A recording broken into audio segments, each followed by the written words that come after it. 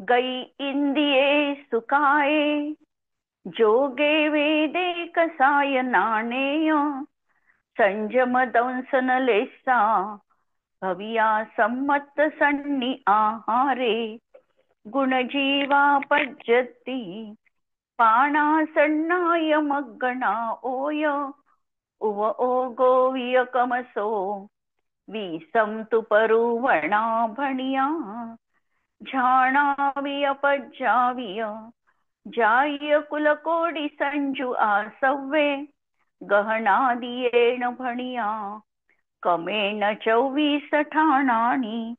अंतिम शासन नायक 1008 भगवान महावीर स्वामी की जय. द्वादशांक श्रुत देवी की जय. स्वाध्याय कक्ष संपेपर्यंत आपणा सर्वांना चतुर्विध आहाराचा त्याग असणार आहे. 24 ठाण चर्चा आपण बघतो आहे आणि या चर्चा अंतर्गत आम्ही काल आहार मार्गणा, अनारक अवस्था, अनारक चार्ट आपण बघितला आणि अनारक अवस्थेमध्ये जीव 4ही गतीमध्ये मरण संभवनीय आहे आणि म्हणून अनारक अवस्था 4ही गतीतील जीवांना संभवनीय आहे. या अनारक अवस्थेमध्ये मरण काही विशिष्ट गुणस्थानातच सांगितलेलं आहे. जरी मुनिपद धारण केलेलं आहे, मुनी अवस्थेत त्यांचं मरण झालं असं आम्ही म्हणतो, पण असं असताना देखील संयम पालन हा फक्त मनुष्य पर्यायीतच संभव आहे. मरण झालं म्हणजे नवीन आयुचा उदय सुरू झाला आणि संयमामध्ये ज्याचं मरण होतं त्याला निश्चितपणे देवायुचा उदय सुरू होतो. देव पर्यायीमध्ये तो जीव यत्किंचित देखील संयम पाळू शकत नाही. आयुष्य संपलं की गुणस्थान बदललं. 6वं 7वं गुणस्थान कायम राहू शकत नाही. देव आयुचा उदय सुरू झाल्याबरोबर हा जीव असंयमामध्ये आला. अशा तऱ्हेने हे स्थित्यंतर सूक्ष्म आहे, पण हे समजायचे आहे. आणि हा जीव पहिल्या, दुसऱ्या, तिसऱ्यात मरण नाही म्हणून अनाहारकपणा त्या ठिकाणी संभवनीय नाही. 4थ्यामध्ये संसार अपेक्षेने असंच मरण आहे. कोणत्याही गुणस्थानात मेलात, 11व्यात मेला तरी देखील गुणस्थान 4थंच होणार आहे. आणि मग मात्र अनाहारक अवस्था केवली समुद्घात अवस्थेत होते आणि अनाहारक जीव प्रत्यक्षामध्ये 14व्या गुणस्थानात आहे. या अपेक्षेने 13वं आणि 14वं गुणस्थान हे केवळ समुद्घाताच्या अपेक्षेने लावलं आणि मरणकालाच्या अपेक्षेने मात्र पहिलं, दुसरं आणि 4थं एवढे 3च गुणस्थान त्या ठिकाणी घटित होऊ शकतात. अशा तऱ्हेने आपण हे सगळं प्रकरण बघितलेलं होतं आणि या ठिकाणी भावांची चर्चा आपली राहिलेली होती. अनाहारक अवस्था आणि आता भाव आम्हाला लावायचे आहे. औपशमिक भाव अनाहारक अवस्थेत राहील का? प्रश्न. हॅलो. अनाहारक अवस्थेमध्ये प्रथमोपशम सम्यक्त्व होत नाही, कारण प्रथमोपशम सम्यक्त्वामध्ये मरण नाही. द्वितीयोपशम सम्यक्त्वाच्या अपेक्षेने मरण आहे म्हणून त्या ठिकाणी अनाहारक अवस्था असू शकते. म्हणून औपशमिक भाव फक्त सम्यक्त्व आणि तेही द्वितीयोपशमाच्या अपेक्षेने लावल्या जातं. उपशम श्रेणी हा आहारक अवस्थेतच आरोहण करू शकतो. त्यावेळेला त्याची कुठल्याही प्रकारे अनाहारक अवस्था होत नाही म्हणून औपशमिक चारित्र त्या ठिकाणी लावता येत नाही. म्हणून औपशमिक भावापैकी एकच सम्यक्त्व द्वितीयोपशम तेवढंच लावावं लागतं. आता क्षायिक भावाचं बघत असताना क्षायिक भाव 4थ्या गुणस्थानापासून क्षायिक सम्यक्त्व संभवनीय आहे आणि म्हणून क्षायिक सम्यक्त्वाच्या अपेक्षेने आम्हाला तो भाव लावता येतो. आणि जर आम्ही 13व्या गुणस्थानाचा विचार केला तर 13व्या गुणस्थानात सगळेच्या सगळे क्षायिक भाव त्याच्या जीवनात आहे म्हणून 9च्या 9 क्षायिक भाव लावता येतात. क्षायोपशमिक भावाच्या बाबतीत विचार केला तर काय लावू शकू? कारण अनाहारक अवस्थेमध्ये मनपर्यय ज्ञान होत नाही म्हणून 3 ज्ञान दोन अज्ञान, कारण अवधी ज्ञान पण होत नाही, म्हणून 3 ज्ञान, 2 अज्ञान, 3 दर्शन, 5 लब्धी. सम्यक्त्व लावू शकतो, कारण क्षयपक्षमिक सम्यक्त्वामध्ये मरण संभवनीय आहे. आणि क्षयपक्षमिक सम्यक्त्वामध्ये मरण झालं तर तो जीव कोणती पर्याय धारण करतो? प्रश्न. आज सगळ्यांचे म्यूट आहेत का? क्षयोपक्षमिक सम्यक्त्वात जर मरण झालं तर तो कुठे कुठे जाऊ शकतो?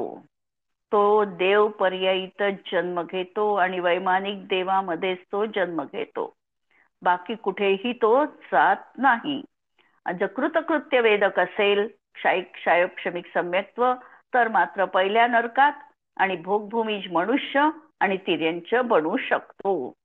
नंतर त्या ठिकाणी चारित्र्य राहणार नाही, देश संयम राहणार नाही, म्हणून ते भाव राहणार नाही. असे क्षयोपक्षमिक भाव 2 कमी असे त्याच्या, आणि तिकडे ज्ञानाच्या बाबतीत कमी असे हे क्षयोपक्षमिक भाव त्यांना राहतील. औदैक भावाच्या बाबतीत बघितलं तर 4ही गतीमध्ये राहू शकतो. 4ही कषाय आहे, 3 वेद लावू शकतो, मिथ्या दर्शन आहे, नंतर अज्ञान असणार आहे, असंयम असणार आहे, असिद्धत्व आहे, आणि 6 लेशा पण आहे. अशा तऱ्हेने सगळेच्या सगळे औदैक भाव लावतात आणि पारिणामिक भावामध्ये 3 भाव लागतात, भव्यत्व, अभव्यत्व आणि जीवत्व. अशा तऱ्हेने अनारक अवस्थेमध्ये भावांचं प्रकरण आपण बघितलं. आता पुढचं पाहायचंय आपल्याला की प्रश्न.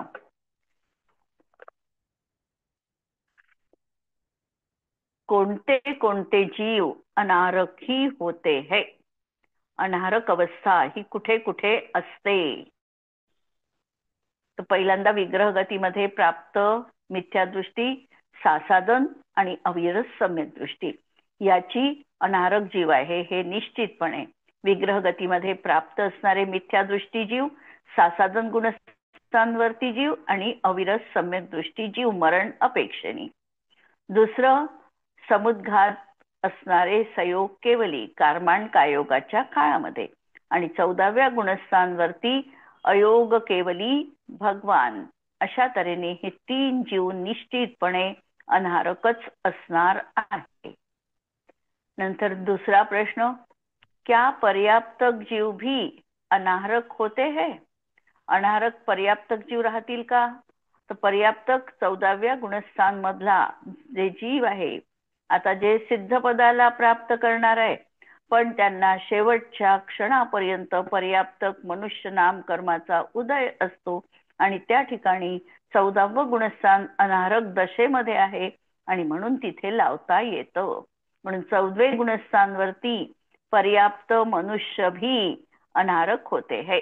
उसका कारण यह है कि अयोग केवली भगवान के शरीर के निमित्तभूत आने वाले परमाणुओं का अभाव देखकर पर्याप्तक मनुष्य को भी अनारकपणा बन जाता है. आता त्या ठिकाणी शरीर नामकर्माचा उदय संपलेला आहे, आणि म्हणून त्या ठिकाणी अनारक अवस्था त्याची प्राप्त झालेली आहे. अनारक अवस्थेमध्ये वेद की प्ररूपणा किस प्रकार करनी चाहिए? अनारक अवस्थेमध्ये वेदाची प्ररूपणा कशा रीतीने होईल? तर स्त्री वेदामध्ये पहिल्या आणि दुसऱ्या गुणस्थानासोबत अनारक अवस्था असू शकते, कारण सम्यक दृष्टी स्त्रियों में उत्पन्न नहीं होता. जर 4थ्या गुणस्थानामध्ये एखाद्या जीवाचं मरण होईल तर तो नपुंसक बनू शकतो, नरकामध्ये जाईल या अपेक्षेने, परंतु स्त्री वेदी तो बनतच नाही.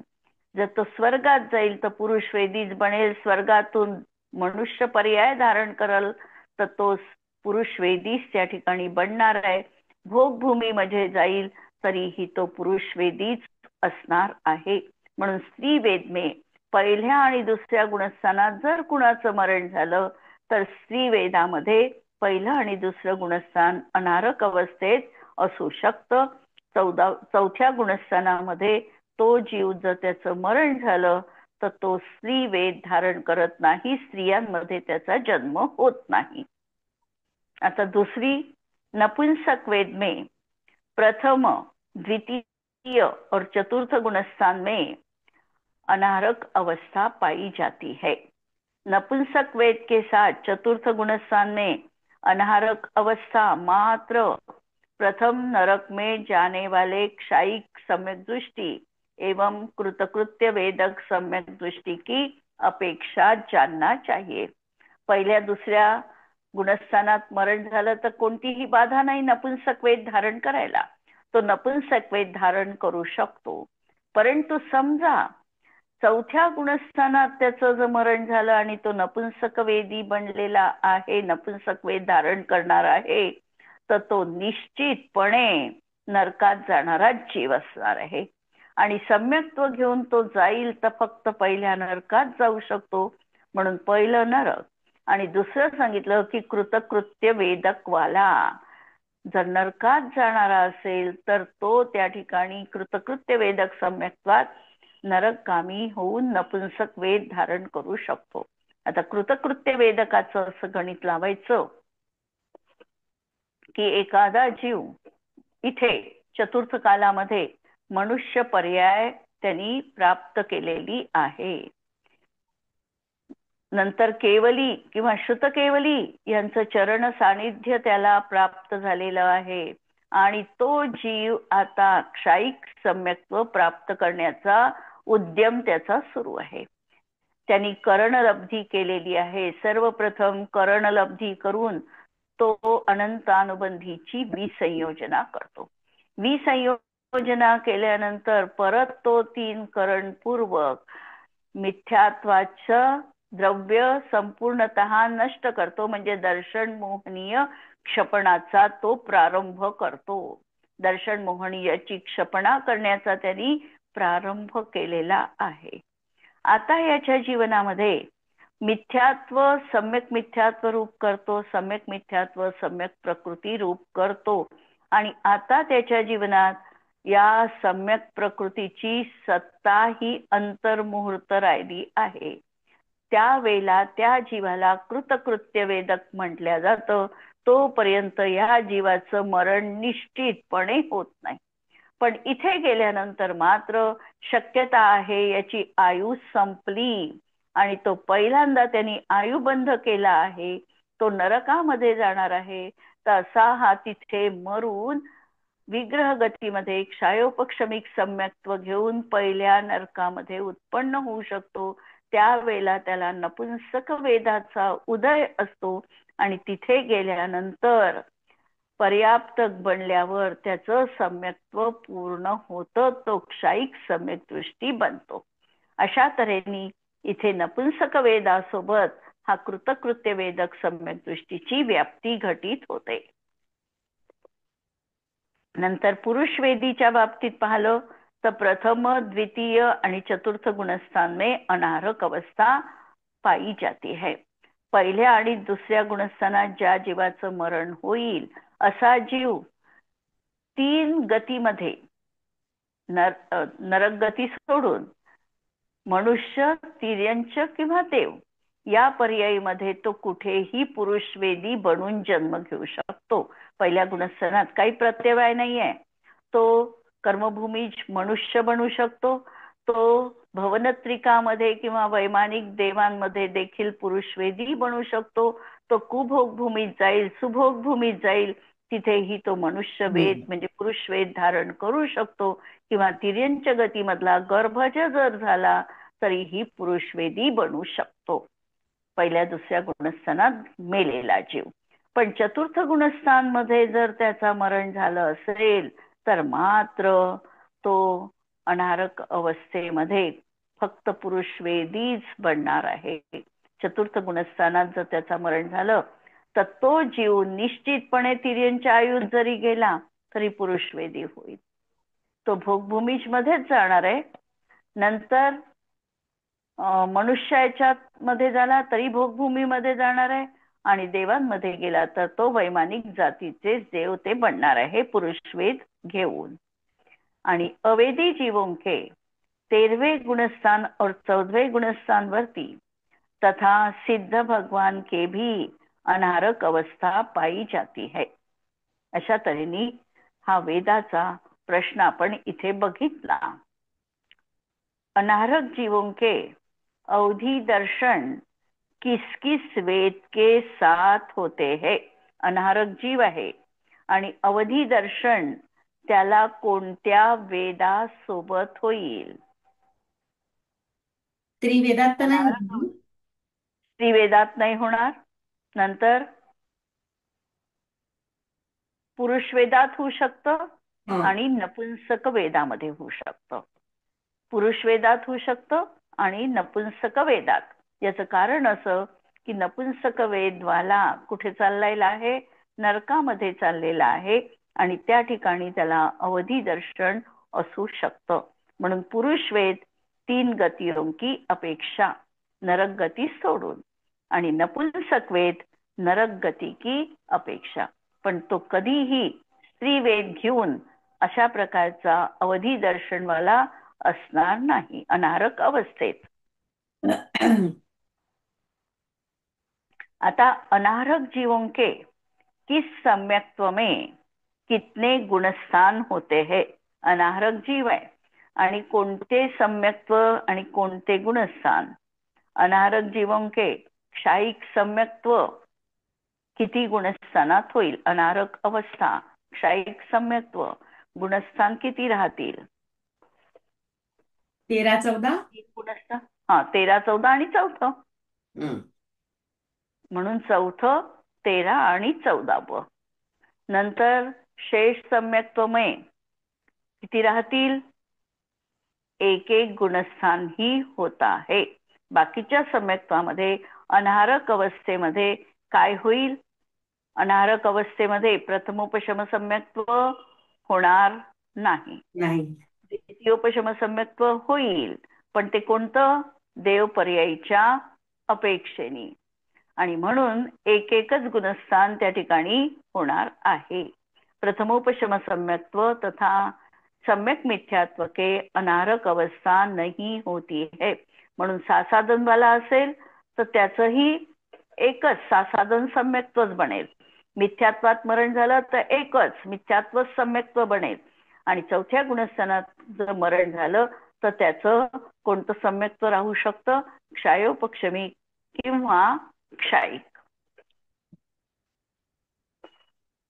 आणि क्षायोपक्षमिक वाल्यासाठी सुद्धा नियम आहे. तो देवपर्यायीतच जाणारा असला पाहिजे. अनारक जीवों के कितने प्राण होते हैं. अनारक जीवांना किती प्राण आहे.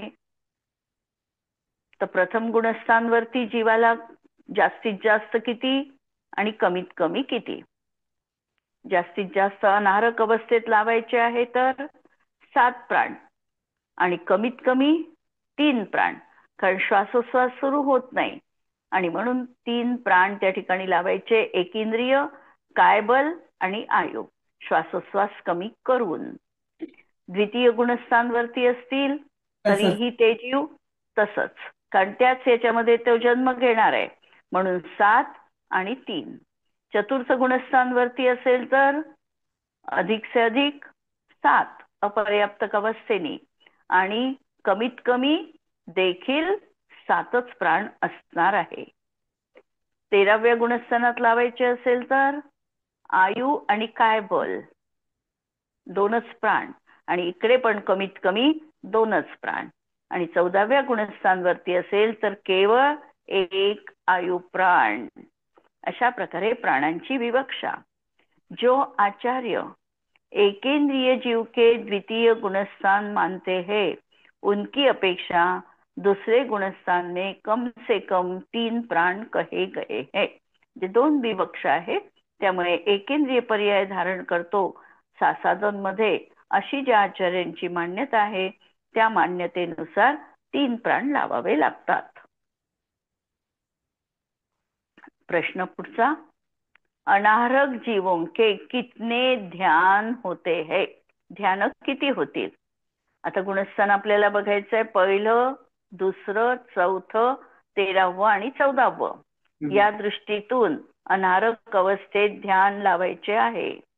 जर आम्ही आर्त ध्यानच पाहिले तर आर्त ध्यान कुठपर्यंत होतील? अनारक अवस्था आणि आर्त ध्यान 13व 14व तर कट करावं लागेल. म्हणून पहिलं, दुसरं आणि चौथं. रौद्र ध्यान पाहिलं तर 4 पर्यंत रौद्र ध्यान पण आहे. म्हणून पहिलं, दुसरं आणि चौथं. हा, धर्मध्यान पाहिलं तर आता धर्मध्यान चौथ्या गुणस्थानात 4 आर्त पण आहे, 4 रौद्र पण आहे आणि 2 धर्मध्यान आहे. असे 10 ध्यान चौथ्या गुणस्थानात लावावे लागतात. आणि शुक्ल ध्यान जर लावायचं असेल तर कुठे लावावं लागेल? 14व्या गुणस्थानात शुक्ल ध्यान एकटं, 14व्या गुणस्थानात एकच ध्यान.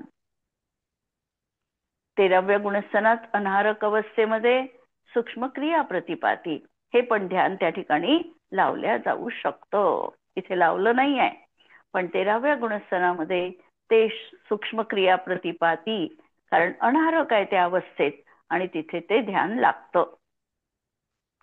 प्रश्न, क्या कोई ऐसे जीव है जो अनारक होने के बाद कभी आहारक नहीं होंगे?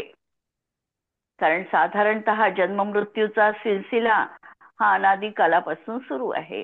अनाहारक अवस्था होते, पण 3 समयानंतर परत तो आहारकच बनतो. असा अनंतर म्हणजे निरंतर हा प्रवास आमचा सुरू आहे. पूर्णतः आम्ही अनारक होऊन मुक्ती कधीही प्राप्त केलेली नाही. म्हणून प्रश्न मनात येतो की जो अनारक होने के बाद म्हणजे सगळे आहारक होतात का? त्यावर उत्तर नहीं, क्योंकि 14वें गुणस्थान वाले अयोग केवली भगवान जो अनारक ही है और भविष्य में अनारक आहारक नहीं बनेंगे, क्योंकि मोक्ष प्राप्त करने के बाद जीव अनारक ही रहता है. क्या अनारक जीव आश्रय के प्रत्यय से रहित होता है? होऊ शकतो का आश्रयाच्या प्रत्ययाने रहित? 14व्या गुणस्थानाच्या अपेक्षेने होऊ शकतो. आणि गुणस्थान परिपाटीनुसार लावलं तर पहिल्या गुणस्थानात आश्रवाचे सगळे प्रत्यय आहे, दुसऱ्या गुणस्थानात अनंतानुबंधी कशा आहे म्हणजे सगळेच प्रत्यय आहे, फक्त मिथ्यात्व कमी आहे, मिथ्यात्व 5 गेलेलं आहे. नंतर चौथ्या गुणस्थानाच्या अपेक्षेने लावलं तर मिथ्यात्वाचे 5 गेलेले आहे आणि अनंतानुबंधीचे 4. अशी ही अपेक्षा लावू शकतो. आणि 14व्या गुणस्थानात आश्रवाचा एकही प्रत्यय त्या ठिकाणी विद्यमान नाही. म्हणून 14वें गुणस्थान वाले अनारक जीव आश्रव रहित ही होते हैं, क्योंकि उनके आश्रव के कारणभूत कोई प्रत्यय नहीं पाए जाते और सिद्ध भगवान भी आश्रव से रहित होते हैं. प्रश्न पहा आता. आहार मार्गणा में अवेदी जीवों का विवेचन किस प्रकार करना चाहिए? आहार मार्गणेमध्ये अवेदी, अपगत वेदी, अपगत वेदी लावला तर कुठून लावावा लागेल? 9व्या गुणस्थानापासून अपवेद भाग, अवेद भाग सुरू होतो, तिथून आम्हाला ही प्ररूपणा पाहायची आहे. म्हणून 9वें गुणस्थान वरती जीव अवेद भाग में 10वें, 11वें, 12वें गुणस्थान वाले जीव आहारक ही होते हैं. म्हणजे त्या ठिकाणी हे जीव आहारकच राहतील. अवेद भागापासून पुढच्या 10व्या, 11व्या वरच्या गुणस्थानात हा जीव 12व्या पर्यंत, 13व्या मध्येही पण तसा तो आहारकच आहे. शेवटी तो 3 समयासाठी केवळ समुद्घाताच्या अपेक्षेने अनारक बनणार आहे. पण 13व्या गुणस्थानातला जीवही सामान्य कथनाच्या अपेक्षेने बघितला तर तो आहारकच म्हटल्या जातो. नंतर 13वें गुणस्थान वाले आहारक अनाहारक दोनों होते हैं. आहारक निरंतर आहारकच आहे. शेवटच्या अंतर्मुहूर्तात जेव्हा ते सूक्ष्म क्रिया प्रतिपाती ध्यान करतात आणि त्याही पेक्षा केवली समुद्घात करतात, त्यावेळेला 3 समयपर्यंत अनारक बनतात. 14 गुणस्थान वाले जीव अनारक ही होते हैं और सिद्ध भगवान अनारक ही होते है.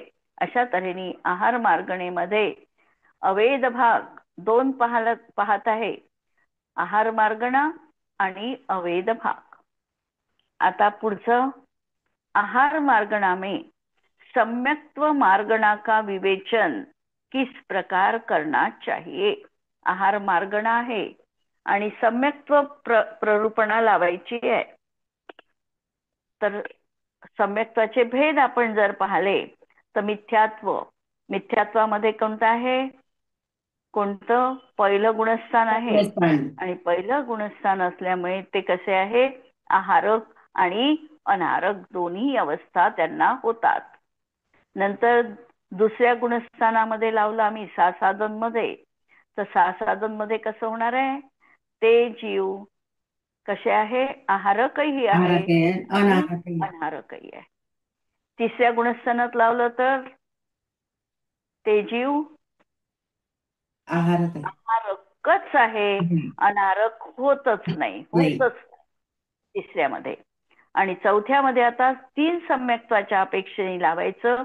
उपशम सम्यक्त्व प्रथमोपशम सम्यक्त्वाच्या अपेक्षेने लावलं तर तो जीव आहारकच आहे, अनारक होत नाही. द्वितीयोपशमाच्या अपेक्षेने लावला तर तो अनारक बनू शकतो मरण झालं तर. म्हणून उपशम सम्यक्त्वाच्या अपेक्षेने. क्षायोपक्षमिक सम्यक्त्वाच्या अपेक्षेने जर बघितलं तर क्षायोपक्षमिक सम्यक्त्वामध्ये कितव्या गुणस्थान पर्यंत सम्यक्त्व आहे, ते चौथ्यापासून सातव्यापर्यंत. जर नॉर्मल आयुष्य तो जगत असेल क्षायोपक्षमिक सम्यक्त्व घेऊन, तर तो चौथ्यापासून सातव्यापर्यंत आहारकच असणार आहे.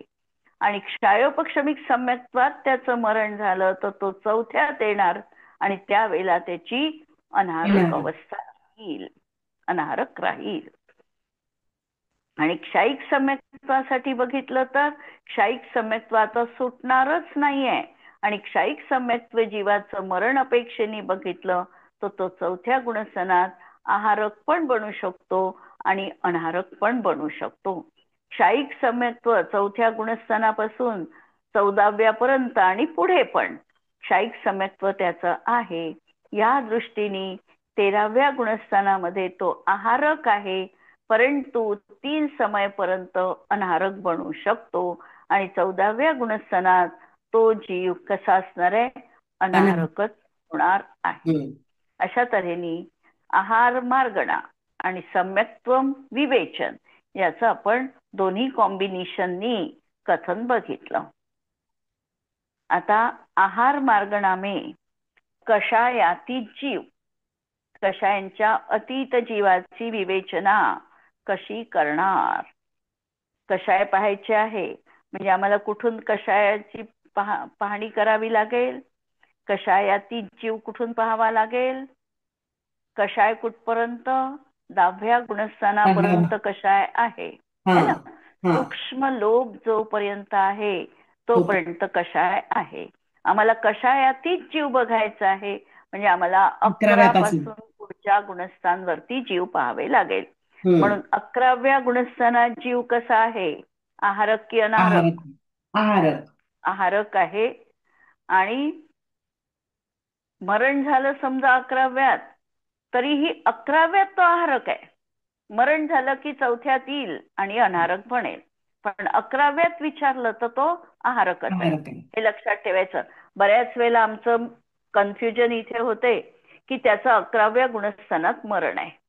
मग आम्ही सरळ कसं म्हणतो की 11व्या गुणस्थानात जर जीवाचं मरण होऊ शकतं तर त्याला अनाहारकपणा तिथे पण आहे. पण असं त्याचं एक्सप्लेनेशन आपल्याला करता येत नाही, कारण जोपर्यंत 11वं गुणस्थान आहे तोपर्यंत त्यांचं मुनिपद आहे, उपशम श्रेणी पद आहे, त्यांची उपशांत मोह संज्ञा आहे. देव आयुचा उदय सुरू झाला की गुणस्थान झालं 4थं आणि म्हणून 11व्यात तो आहारकच आहे शेवटच्या समयापर्यंत. आणि आयु संपली म्हणून तो अनाहारक झाला, म्हणजे तो 4थ्या गुणस्थानात आहे. म्हणून 11व्यातला जीव कसा आहे, आहारकच म्हटल्या जाईल. 12व्यामध्ये मरण होते का जीवाचं? अच्छा. 12वं गुणस्थान क्षीण कसं आहे, या ठिकाणी जीवाचं मरण संभवनीय आहे का? क्षणमोह. 12व्या गुणस्थानात जीवाचं मरण संभवनीयच नाही, कारण तो क्षपक श्रेणी आरोहण करून 12व्यात आलेला आहे.